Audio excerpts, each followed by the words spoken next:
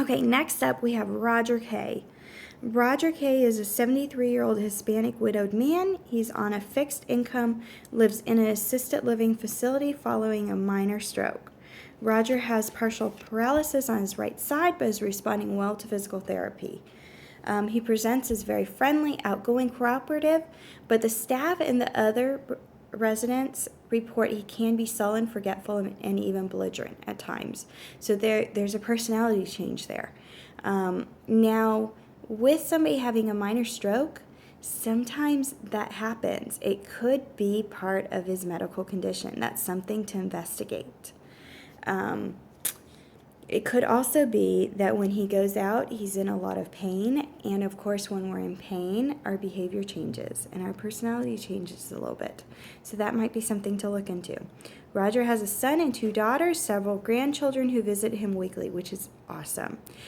They take him out on outings. Roger walks with a cane, and he leaves the facility on his own several times a week to go to church. Often it's after these outings when Roger's behavior changes appear.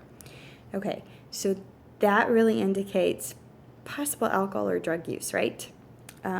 Staff and other residents have reported the odor of alcohol on Roger, but he has not seemed intoxicated. Roger denies any substance abuse history, but does admit to enjoying a beer sometimes. Okay? He reports him and his late wife had an active social life, including dancing and drinking. He thinks about his wife often, and he misses her.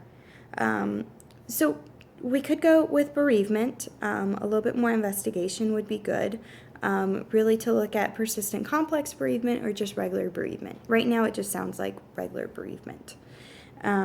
It does sound like we want to investigate as far as alcohol. It sounds like there's probably an alcohol use disorder underlying this.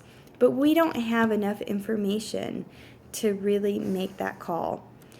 Some of these behavior changes could also be due just to medical. So that's something to rule out. Those would be the first 3 to really go with. And then outside of that, a 4th one to kind of look at is maybe one of the depressive disorders. He could also be one that falls into an adjustment disorder since his body has really changed and his ability has really changed. I don't know how long he's been in the assisted living and how long ago his minor stroke was. So that would depend on that as well. But those would be some areas to kind of investigate and to kind of look further in.